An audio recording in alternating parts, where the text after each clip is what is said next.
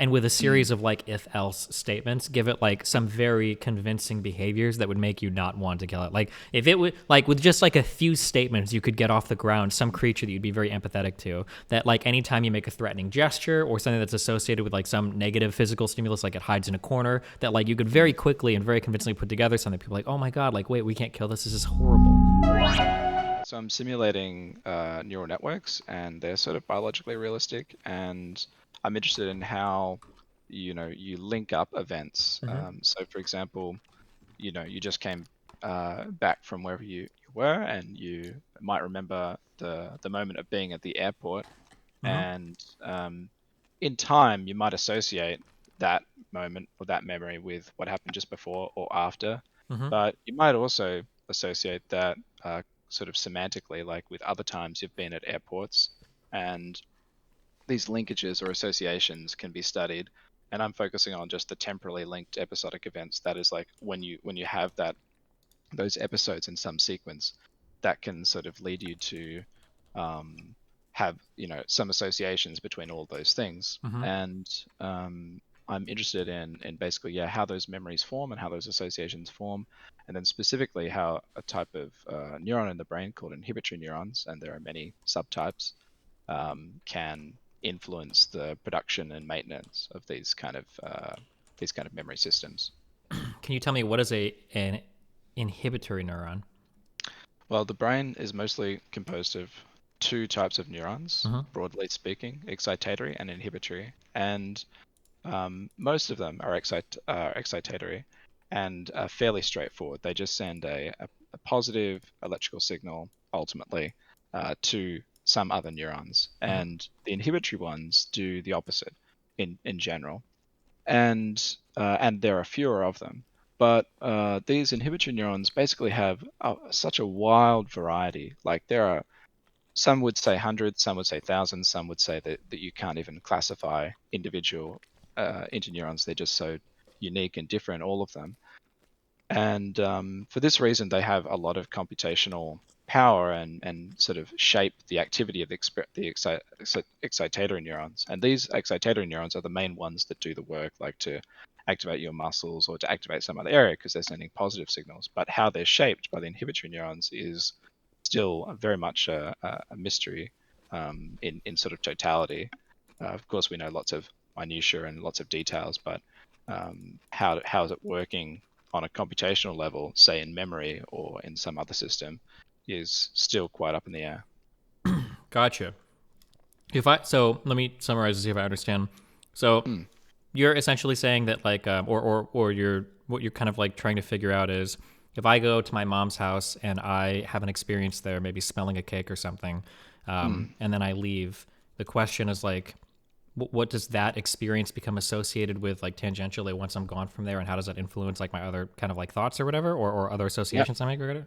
yeah, exactly, exactly. And there should be like maybe some sort of hierarchy, and ultimately this could relate to. So if I find that these inhibitory neurons can like alter that hierarchy or how you make those associations or maintain them, Mm-hmm. then ultimately, we might be able to manipulate those exact neurons to, for example, help people in For cognitive like behavioral therapy for PTSD or something like yeah, that. trauma and stuff, I would think, because you have associations that you'd want to break, right? Yeah, exactly. And then on the other side of the scale, like when it comes to AI and most computer systems that implement neural networks Mm-hmm. have no distinguishing, generally have no distinguishing feature between excitatory and inhibitory neurons. And they also don't use something called spikes or action potentials, which is a common feature of neurons. And I'm using both of those features. And so, the question is, does that provide some computational benefit that's beyond what the current AI, coalface is working on? So it feels like I hope this doesn't sound like an attack. I'm genuinely Mm, curious. It mhm. my understanding or my assumption, I guess I should just say that, not an understanding. My assumption would be Sure, that sure. neural networks are probably still incredibly primitive when it comes Yeah. to potentially accurately emulating the human mind. And it seems like this question is a very high level, like macro question of association, how do you feel confident that what I assume would be a relatively primitive modeling of the mind that may or may not be accurate on a lot of levels can give us a good macroscopic understanding of how these ancillary associations are made?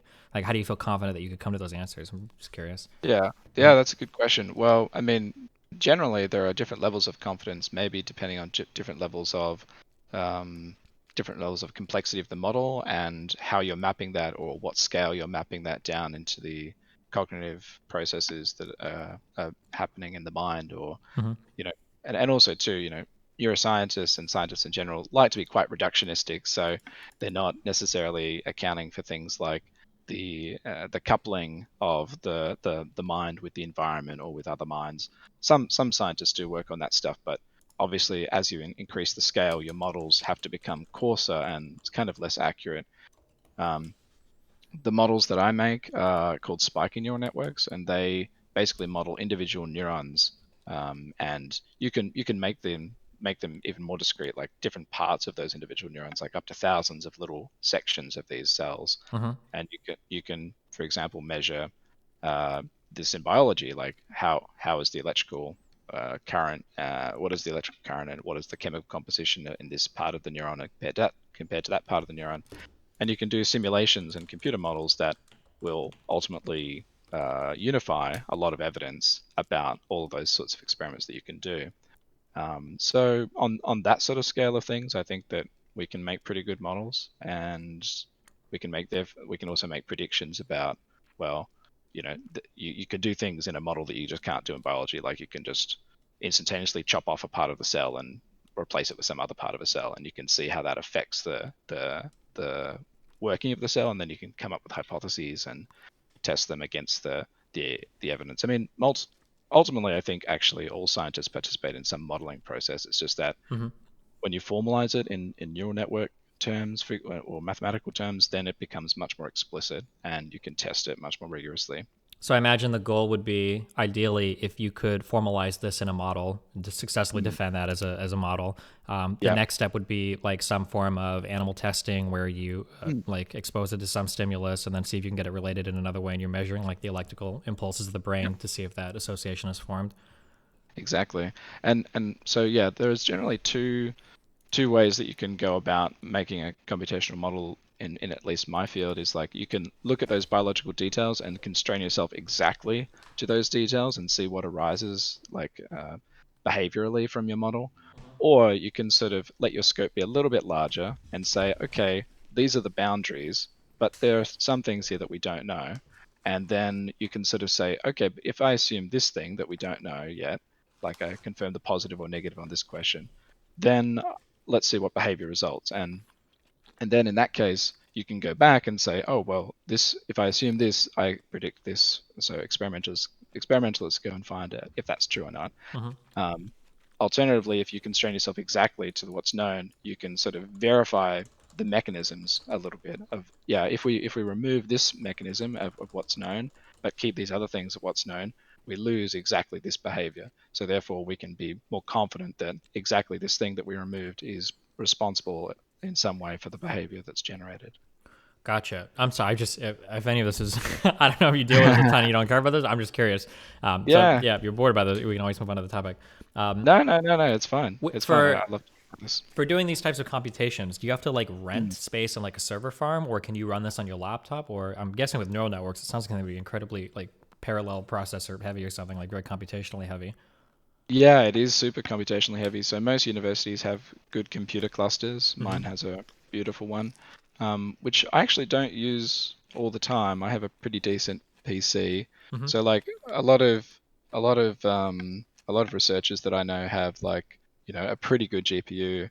Like my one at the uni has it's a 2080 Ti that I got a few years ago, and it's like yeah, that really helps, and it's got a really nice amount of RAM and CPU. So you can do most of that stuff on a desktop, but Mm-hmm. sometimes you do need the the massive server farm. But the tricky part there is using all of that efficiently. Mm-hmm. Um, yeah, so that can be a pain in the butt, but yeah. When your final goal with something like this, or maybe you literally Mm. just you're thesis and then you're fucked off, you don't care anymore. So I Right. don't know which one. Is it? Is your goal at the end of this to improve things like computationally? Like you want to be able to create better neural network algorithms for something to do with like a generalized AI, or is the goal to Mm. just create a formal model that you can use that can be like diagnostically applied to like human brains or something for treatment or something? Or yeah. It's kind of both, and I think that that's a strength, but also in when I'm writing, like for example, this bloody application thing, then it's kind of like, maybe it's difficult to ride that line and not come across as disingenuous to one or either goal, Mm-hmm. one goal or the other. So, but yeah, I would genuinely say both. I was originally trained in neuroscience and physiology, and then I studied bioethics and philosophy, and now I'm more moving into sort of AI, and I ultimately will sort of want to get a job in AI because it pays a lot better and it's more stable. But yeah, I mean, I do want to have some impact still on my original core sort Mm-hmm. of physiology training. So. Do you, when you're working with like this, like a particular neural network, this software, are you actively making like updates or improvements to it, or do you just have a piece Mhm. of software and you kind of work within that to like define parameters and then see outcomes of whatever definitions you give? I think most people will be in the first category that you're actively developing as well as using, Mm-hmm. but it's possible. Like for example, I use all my own custom software and very few packages, but that that has its disadvantage in that you've now got to maintain that thing or build that thing And and nobody make can sure it's. help you if you run into problems. You know?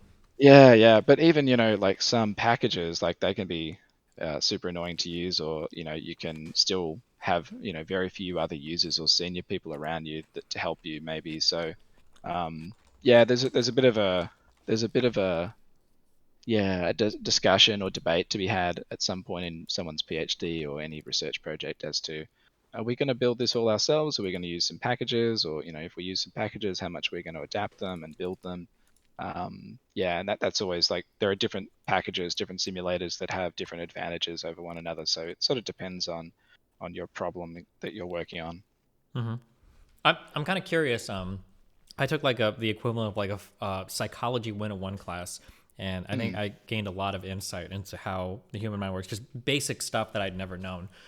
okay. Not anything incredibly deep, but stuff that like really made me kind of re-examine the way that I engage with my environment and made me Mm, not take for granted like quick associations or assumptions that I could make to be a little bit more critical of my own thoughts. yeah. In the course of, so you've gone much deeper into stuff related to neuroscience and I guess the computational side of things for the brain than Mm, most. Do you think that you've mm. come out with any type of realization or epiphany or something that just made you think like, holy shit, like the fact that my brain does this particular thing now that I've learned about it and can name it, like it's pretty cool or it's very insightful that I gained that knowledge or understanding? Um, in terms of like say some fundamental neuroscientific knowledge that has like that I've been able to relate to my psychology and everyday experience, and that's Yeah, so changed like my say, opinion. I'm totally making this up, but say like you train a neural network on some particular thing and you find that like God, Ah, every time I try to train this, it learns this like ancillary skill and it's so weird that that happens. And mm, I notice in my own life when I train, I'm just making this up, but like something like that where you yeah, know, yeah, yeah, yeah, yeah, yeah, yeah. yeah, yeah. That definitely happens, and so like, but it can, yeah. So what's interesting, of course, is if psychology itself and your own psychology is so complicated and multifaceted, Mm-hmm, and so yeah, even though you might have an intuition like, oh, my neural network performed like this or did this cognitive behavior, therefore yeah, that must be true, and like obviously I'm seeing it on the screen, that's happening, and then how can I relate that to my own experience? Oh yeah, actually that's kind of like this. Sometimes I've done that and then later found out that there was some blatant bug in my software. so mm-hmm, so I think and also too people could have opposite intuitions or different intuitions. So I think it's yeah, I mean, well, one so the thing that I'm working on, I think is fairly well described, and one notable behavior in the neural networks that I think potentially has a link to psychology is that when you basically have more inhibitory neurons involved in these memories, you end up having the case that when you remember, let's say like going to your mum's house, um, that, and then leading on to other things like associated with your mum's house, like maybe the food that she served you, or her friends, or your childhood, or something. Mm-hmm. When you jump to those second order memories, you like if you're trying to stay if you're trying to stay fixated, if the neural network tries to stay fixated on this original memory of your mother, then they'll just form sort of like a pyramid of memories with your mother's memory at the top.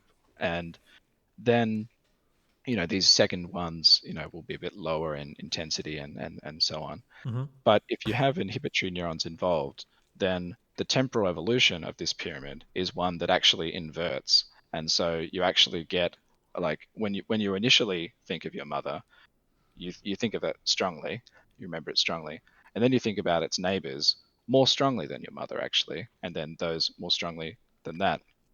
And to me, this kind of and you can alter how much this temporal evolution and this inversion happens, and how far it goes by Mm-hmm. changes in inhibitory neurons.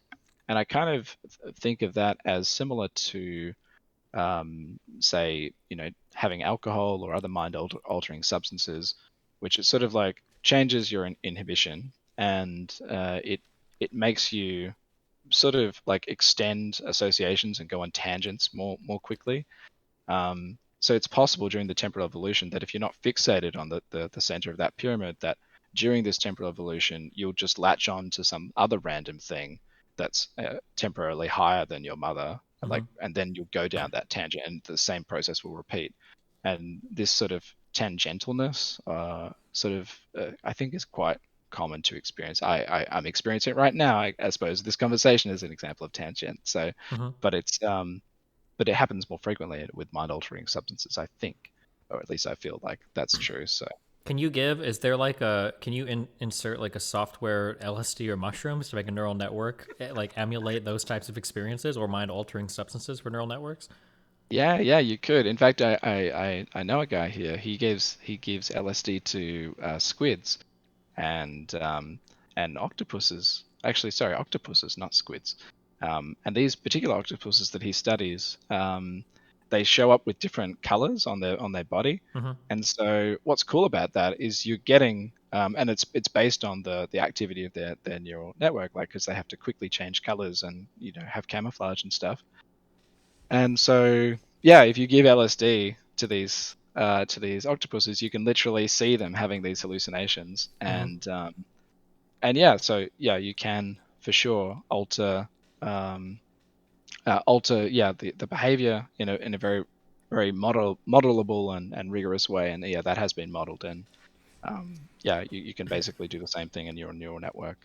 Are there problems when it comes to measuring neural activity in humans? It feels like it'd be really difficult to figure out unless you've literally cut Yeah. somebody's brain open, like which neurons are firing. Yeah, yeah, that's very true. So, I mean, we have fMRI. I don't Mm-hmm. particularly like fMRI. We have EEG, we have MEG. These are sort of where you put electrodes on the brain, Yeah. um, I've heard that or like one on of the the big stomach. like criticisms that people give of neuroscience is sometimes people, I don't know if researchers do this or it's just kids on Mm. the internet, but people are very quick to say like, "Oh, look, the brain lit up here, so that means that this thing happened," even though it could there's like a Yeah, yeah. million different things or reasons why something could be associated with something, yeah. Yeah, well, that particular sort of claim, this Mhm. part of the region lit, like this part of the brain lit up, therefore exactly this part that's responsible for, I don't know, going into a butcher compared to going into a pizza shop, um, which is ridiculous and untrue, by the way. So, um, those things are normally based on fMRI, which is Mhm. the technique that I don't like much at all. And I know there are people that have worked to improve it a lot, but basically the statistics that are used in those studies, and there's a lot of data processing to be done, is kind of questionable to me. And also, fMRI actually only studies something called the bold response, that is the blood oxygen level dependent response. So you're not actually directly measuring the activity of neurons. You're actually just measuring where is the oxygen in the blood changing and becoming higher, and then you say, okay, The hope is if that that's increased oxygen there indicates increased activity or something. Yeah. yeah, and that's generally true. That is generally true, but you're doing it over very coarse spatial and temporal resolutions. Hmm. And so like maybe a second or half a second in temporal resolution, and the voxels, they're called, like the little areas in the brain that they're measuring, can be like a centimeter cubed, or a bit smaller, I guess, now. But all of this sort of surmounts to, of course, you have an amazingly complex organism to study in the human, but pardon me, you don't necessarily have the tools to, in my opinion, rigorously study them. Um, Perhaps, yeah. So perhaps like the sort of studies that I am most interested that happens in humans in neuroscience is Hmm. where they have inserted electrodes into the brain. But as you can imagine, Into actually inside of the brain. yeah. Human But brains as or you can animal brains? human brains. Okay. But as you can imagine, you wouldn't just do that for fun. So normally electrodes are implanted for some sort of medical reason, and the typical one is epilepsy. Hmm. So if you have a epilepsy, which can be sort of localized to some particular region, then a neurosurgeon will put in an electrode there, potentially after trying different things. But one of the possibly good ways to treat it is to put an electrode there, and then it'll detect through the electrical activity actively when a seizure is likely to occur, and then sort of send a negative signal or a positive signal as it needs, to counteract the initiation of those seizures. And in doing that, in having that electrode implanted, basically for life, after they've, well, yeah, it's going to be for life in most cases, then you have an ability to record the activity from that electrode. Hmm. So yeah, there's quite a few studies where of the data from these electrodes, and for example, people have found a neuron that lights up to Jackie Chan's voice, Jackie Chan's picture, Jackie Chan's, I don't know, the word Jackie Chan, Hmm. but then it doesn't light up for another celebrity or another name and another face of similar appearance and voice of similar sound. So yeah, I think this is pretty cool. And like having this level of granularity in information, because if you've got an electrode in the brain, well, there's a high degree of spatial certainty about where that information is coming from, Hmm. and the temporal resolution is very high too, on the order of milliseconds. So Yeah. it's very nice. But then again, you're dealing with an epileptic patient, so you might say, okay, is there some effect? And normally these electrodes are at the sites of the epilepsy, epileptic seizure initiation. So you might ask, well, does this actually represent normal human tissue, brain tissue, as Yeah. well? I think So one of the frustrating things is I guess something that I think I've learned. If I ever say anything wrong, please correct me because it's very rare that I I'm talk to sure anybody you that's super educated. So, yeah, yeah, yeah. it felt like growing up. You learn that this part of the brain does Mm, this thing. The amygdala is for like emotional response, whatever. The hippocampus is for memory. That's where all of this right, is, and it right. feels like when parts of the brain get removed or injured, and even Mm, in a normal, healthy, functioning brain, it feels like there are. It doesn't seem like there is as much like a discrete processing of every individual part, but that the entire mm, brain like works together on a level that's so much more. I don't know if I would just say sophisticated or just complicated mm, than I had originally thought, which seems incredibly frustrating to try to research it or study. Because as you said, like there mm, might be some Jackie Chan neuron in one person that's just not in another, and the reason might be for mm, causes that are just totally fucking unrelated. It just makes it seem like mm. it's such a difficult macro problem to look at. Yeah, yeah. And maybe instead of complicated or sophisticated or whatever words you're using there, I might say integrated. Yeah. Um, yeah, and yeah, that's totally true. So yeah, the brain is highly interconnected and integrated. However, there are specializations that do occur, at least in a healthy, functioning brain at maturity. You notice that the visual stuff is at the back, and Hmm. associative stuff is in the middle, and higher functioning is at the top, or sort of front of the head. Um, and this is common across many species and across many individuals. So and we also find that if we at birth or pre-birth destroy certain parts of the neural tissue, that that can lead to a specialized destruction of abilities associated with that region. Um, and I think most people might have heard of if you did psychology one, you might have heard of Phineas Gage, the guy that had a rod stuck up accidentally his head and lost his frontal lobe, and then lost inhibitions and emotion regulation and stuff. Yeah, story. Uh, I learned about that in it was an AP Psych class, which I assume is similar to Psych 101. It's like a high school mm-hmm. accelerated class or whatever. I see. I think in class, I think it's commonly taught that he went to live his life with no issues. But I think the actual story is a bit darker. I think he had a lot of problems, and I think he started to develop seizures and other weird shit happened to him as well. But As far as I know, that's true. Yeah. uh huh. Yeah. So, but yeah, in general, the brain does have specialization. It would be silly for the brain not to have specialization in the same way as it would be silly for our economy.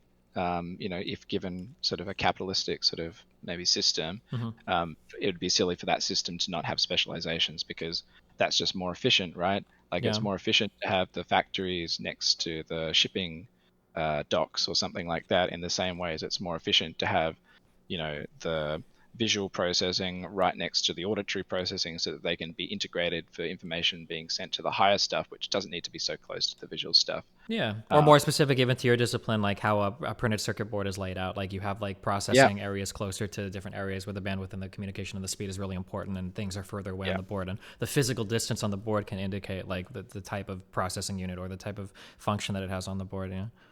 yeah, exactly.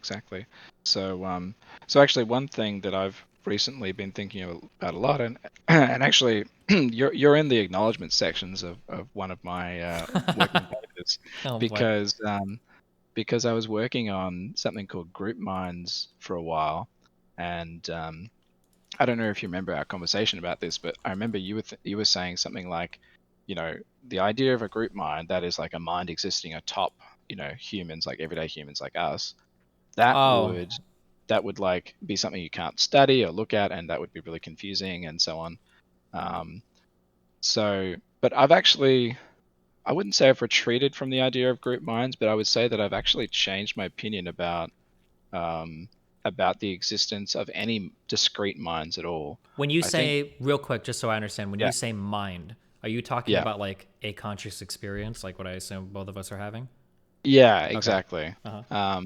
And so like you rightly pointed out, and I accepted that. Yeah, like, well, how can we know if this group mind has a conscious experience? Mm-hmm. Um, of course, that's a problem. That's like the problem Of of other consciousness. minds, yeah, and consciousness in general. So, um, you can sort of levy that against any potentially cognitive or conscious, sorry, entity. Mm-hmm. But so what I've sort of recently been thinking of is, forget consciousness. And I never really wanted to claim consciousness for group minds, although I think it's kind of fun to think about. Mm-hmm. Um, I just want to claim cognitive processes which expand across scales.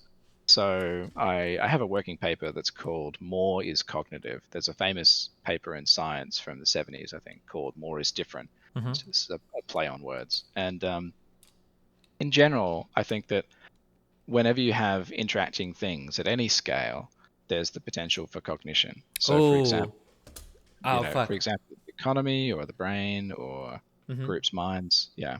I don't. What were you thinking? I'm not. I don't know if you're familiar with this person or not.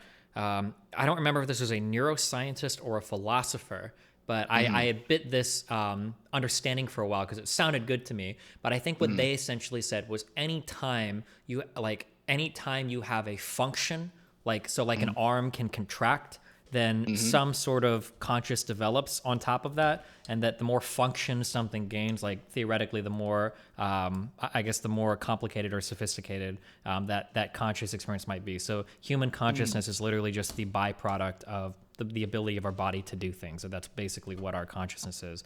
I don't remember who. Fuck, I wish I could remember. I read this a long time ago. This is like 4 or 5 Right. years ago. But yeah, go ahead. Yeah. You might be familiar with this, or Yeah. I mean, it's hard to know without more details, but it could be like there are different accounts, right, of Mhm. philosophy of mind and consciousness. It could be a functionalist account that you're talking about, um, or epiphenomenalist functionalist kind of account, because they're saying that consciousness kind of can be explained by just functions which accidentally give rise to consciousness. It sounds Yeah. like. Hmm. Um, yeah, I'm not sure if my position at the moment, like I don't have a strong connect. I'm a compatibilist about consciousness, so um, I'm not, sort of a Daniel Dennett type compatibilist if I'm pushed into a corner. So I think, yeah, I haven't quite decided exactly where my view about, more is cognitive, more stuff interacting is more and more cognitive. Hmm. I'm not sure if that yet leads me to accept particular things about consciousness or not. I have to think about that.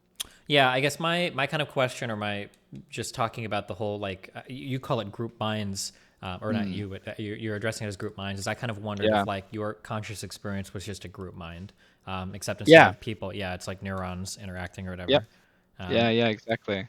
And so there have been these excellent studies recently that I've well, not even they're not that recent, but I've recently found them. One was from 2009, and it showed that neurons in V1, the primary visual cortex of, I think, a macaque, a type of monkey, mhm, um, the the neurons there make decisions about, like collectively make a decision about which way something on a screen is moving, or which way a piece of food is moving, or something. mhm, And they sort of each individually vote on this, like in a simple way.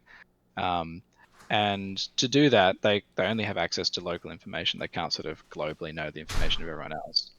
So they're all Can you making these wait sort real quick? Can you explain that yeah. when you say local information? Do you mean to that area of the brain, or? Yeah, yeah. So like if you imagine like a computer screen, Hmm. and you imagine like all the pixels, maybe not like not all the pixels have a neuron associated with them, but Hmm. let's say each group, like let's have like 100 squares across a computer screen, Hmm. and each one of those squares has a neuron associated with it.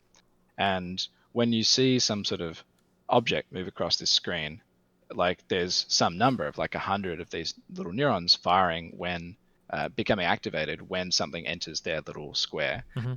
And so locally, it means that, yeah, they only have information of what's happening in their little square and maybe a little bit of the surrounding, but they don't know like the whole screen. Hmm.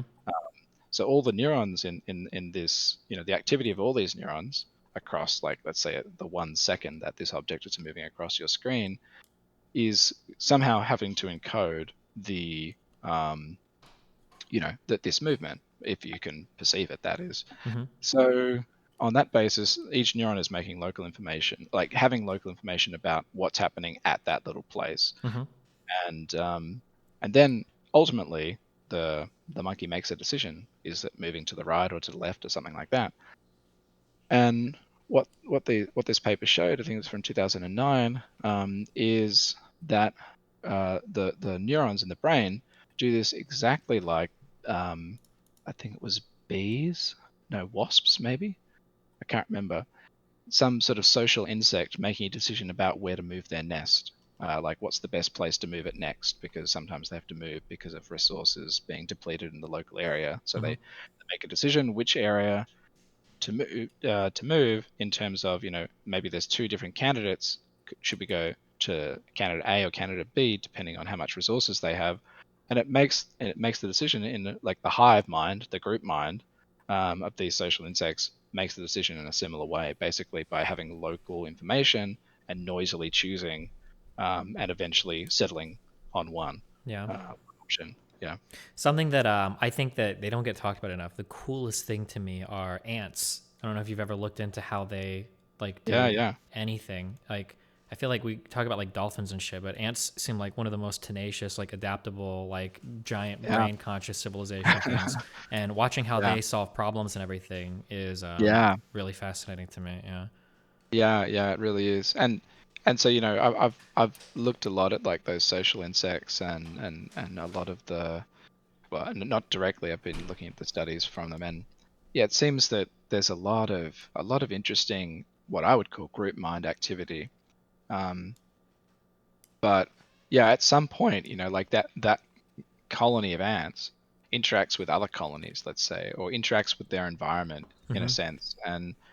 And I sort of just, I don't quite know of any reason to arbitrarily stop at any point when I include those other things, even if it's a very weak connection, even if it's a very slow connection, Mm-hmm. even if it's a very far away connection. There's still some connection ultimately, Yeah. even between some ant colony in Nebraska and me sitting here in Japan. So, um, like that ant colony affects, I don't know, crop yields, and that affects the economy, and that affects me, you know. Um, so like, of course, there's maybe a million other connections and steps in between, but then ultimately it means that, yeah, I don't know. I'm still developing all these ideas, but the working paper has you in the acknowledgements anyway. So Thanks. Have you ever read a book called Ender's Game? Just curious. you mentioned this last time that we discussed this, and I still haven't watched it, Fuck. but Wait, what did I or reference? Oh, that's so, weird. Holy shit. Wait, what did I yeah. reference in the book? You referenced like the alien hive mind has a collective Oh, fuck. Holy consciousness. shit. We're having a big. Well, maybe those ancillary. I guess I have the parallel associations are stronger than my primary association. You're saying, but yeah. Yeah. Oh, gotcha. Okay. Right. Yeah, Yeah. interesting. And it was sad, right? It was sad when it realized that it was killing individually conscious creatures in Yeah, because humans. it assumed that Yeah. like humans were like the bugs, where it could just kill individual humans, but the primary, Right, the huge, right. yeah, the same way that we might think that like cutting off hair isn't a big deal, or injuring somebody isn't actually Mm, killing individual things. Yeah. yeah, yeah. Yeah, so I mean you could view another, and I've read this, one view is that the ant colony is not actually a group mind at all. It's Mm-hmm. just kind of like a spatially distributed single mind, and the individual ants don't really have minds. Mm-hmm. Uh, yeah, so they're kind of like parts of a bigger body. But I'm not sure if I buy that because an individual ant or any prosocial, eusocial animal or insect does have individual cognitive abilities. So I think that it's a bit facetious to say that they don't. It And just becomes difficult because where do you draw the line? When you say individual cognitive ability, though, like, do they really? Like, you're not like a soldier ant isn't going to start becoming a worker or run off and do like. It seems like they're kind of in. no, that's true. Yeah. That's true. But yeah, I mean, they do have some abilities even on their own. So like maybe not all of them if they're hyper specialized. Mm-hmm.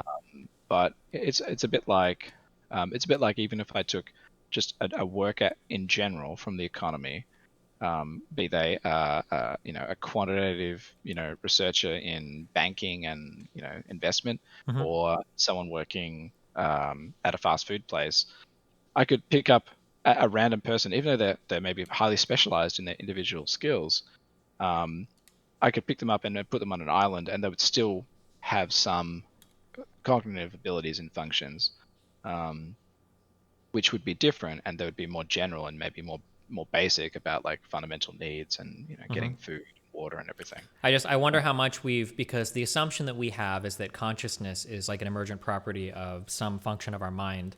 I Mm, wonder how much we load that word though, because the word mm, like because when we say the word cognitive, that word is doing a lot of heavy lifting. We're just kind of like tying in consciousness must come from cognitive processes, which seems reasonable. But then it like I seems. wonder in terms of like our immune system, right? When you have different cells that go out that have all these different functions that they perform Mm, and whatnot, you could technically extract some type of cell from your immune system, and maybe in another environment it still searches for or reacts to a particular type of virus or bacteria. But would yep. we say that is it exhibiting cognitive functions or anything? Um, yeah, I don't know. That's a hard one for me. I don't remember if I brought this up last time, but I used to be like I was a hard materialist or physicalist or whatever you would Mm, call it. right, right. And I don't know why I never thought about it before, but I had a debate. I think it was over veganism or something. And I said something, and then when I was thinking about the debate later on, I was reflecting on it. I was like, man, like if something was conscious, I would really have no fucking idea how. There's literally no way for me to ever make that determination. But I believe in it Mm, for sure. mm, But man, I believe mm, in something that it seems to be very immaterial because there was just no way to measure it or know it's there. Like, yeah, mm. I guess that I this is I guess a more abstract philosophical question. Do you ever Sure. wonder with the neural networks that you're working with if you're like creating and killing like conscious beings by virtue of like running a program? Yeah, potentially. Mm-hmm. Yeah, potentially that's happening many, many times over. And my, N number is like, the number of times I repeat the experiment is the number of times I've created and killed some cognitive thing. Mm-hmm. Um, but whether or not that has a consciousness, I think is another question. So Mm-hmm. I think that you can have cognition without consciousness, and one doesn't necessarily mean that you have the other. Although I guess if you have consciousness, I would say that there's also a cognition behind it. But you know, and also I think that consciousness isn't all or nothing. It can have degrees. So I think that, for example, yeah, if I am actually creating anything that has a cognitive element to it, that is like it can, it.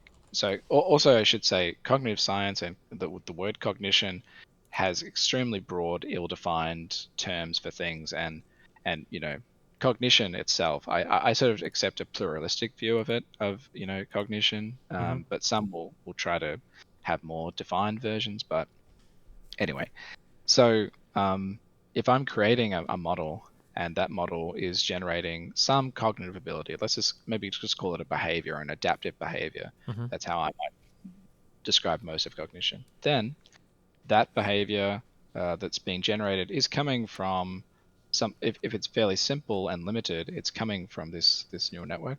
Mm-hmm. But I don't think that behavior itself necessarily means that it has a consciousness if it's extremely limited. But even if it did, as I'd fall back to exactly your problem of how do I even know? How do I measure that? Um, and there are ways, people have come up with, for example, the integrated information theory of consciousness, which is up to like 3.0 at the moment. But I hate that. It's horrible. I mean, it's not horrible. It's really good. It's great that people are working on that, but Mm-hmm. I don't like it. So because it's the axioms are just always changing. They're not really grounding it, and they're making the same predictions but changing their axioms. So I don't understand. But I mean, it um, seems like not to open up this can of worms. I guess you disagree, but it feels like ethics to me, or like a question of like meta ethics or whatever, where like whatever if there are answers here, they seem to mm, just be wholly inaccessible to us. Like it feels like hard yeah, because like in order to understand the experience of something else, like everything is already kind of filtered through your own experience. mm, And especially, I don't remember where I was at in my life in terms of my in terms of my drug experiences when I spoke to you last. But like now, after mm, having like some very major psychedelic experiences, I realize like how much I take for granted like my own like kind of filtered perception of reality. So it's hard to mm, imagine stepping back from that and being able to observe another like conscious thing rather than everything's yeah, just kind of filtered through our own experiences, which is very frustrating because I mean, obviously, you wish you could know, you'd want to know. Like the question of like yeah. qualia, like can I experience something like something else or whatever, like seems to just be wholly inaccessible to us. Yeah, totally. I would have a more positive outlook and say, maybe we can all make our local noisy decisions or judgments on these questions, and then collectively come to some kind of decision which is closer to the truth. Mm-hmm. A bit like how in university or college or whatever, if you have an exam marked by a single examiner, you might think that's a little bit biased. But if we add another examiner, you might think it's a little bit less biased, but still biased. And then if we add another one, and so on, you might think that it's eventually approaching something which is fair and something which is accurately reflecting the quality of that exam. And I think you can sort of expand that notion to I mean, we in politics we expand that notion to voting, which is what we're Oh originally yeah, what going to we're decide. supposed to talk about, yeah. But yeah, so I think you're right. It is very difficult to discuss all those issues at the same time as being aware of the fact that we may have very little grounding to stand on in terms of the accuracy of our assessments and the accuracy of even knowing things.